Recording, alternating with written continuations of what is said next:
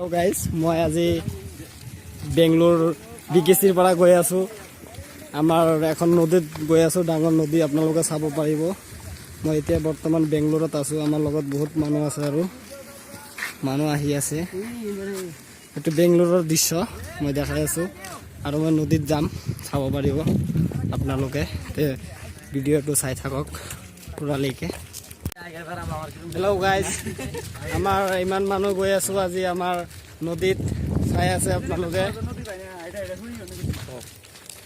ভিডিঅ'টো চাই থাকক, মই আৰু নদীৰ দৃশ্যবিলাক দেখাম। তাতে এখন ডাঙৰ দলং আছে, চাব পাৰিব। সেইখিনিত আহি পালো, আমি গৈ আছো আৰু অলপ যাব লাগিব। আমাৰ যোনটো ব্ৰিজত আহিব বিচাৰিছিলো, এই ব্ৰিজটো মাত্ৰ আহি পালো। আপোনালোকে চাই আছে, নতুনকৈ বনাই আছে ব্ৰিজটো। আমি এইমাত্ৰ আহি পালো, মই দেখাই আছো আপোনালোকক। আৰু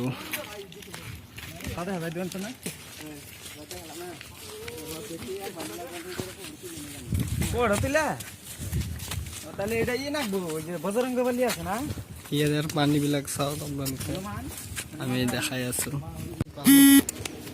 চাই আছে আপোনালোকে নদী। আমাৰ ইয়াতে বেংগলোৰত আহিছো যদি মই অলপমান নদীটো চাই যাওঁ, তাৰ কাৰণে আহিলো। আপোনালোকক দেখাই আছো নদীবিলাক, ধুলা পানী আছে, আপোনালোকে চাই লওক।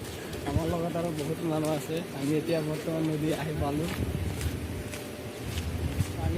মই আহিছো আসামৰ পৰা আহিছো বেংগলোৰলৈকে।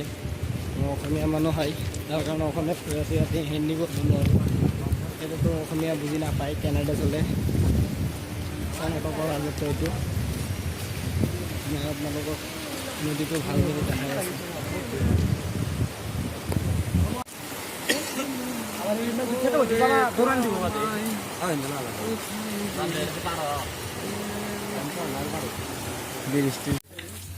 কৰ্ণাটকৰ যিমান পানী যে হৈছিল, গাছৰ আগালৈকে পানী হৈছিল ইয়াতে। আপোনালোকে নিউজত চাই গম পাইছে, নিউজত দেখাইছে এনেকুৱা ধৰণৰ পানী, বহুত পানী হৈছিল ইয়াতে। আৰু ইয়াৰ নাওবিলাক চাওক এনেকুৱা ধৰণৰ, আপোনালোকে চাই আছে। এইটো নাও, এইটো নাৱত মানুহ ইপাৰে ইপাৰত যাব পাৰে। আৰু আমি আৰু গৈ আছো, আপোনালোকে চাই থাকক।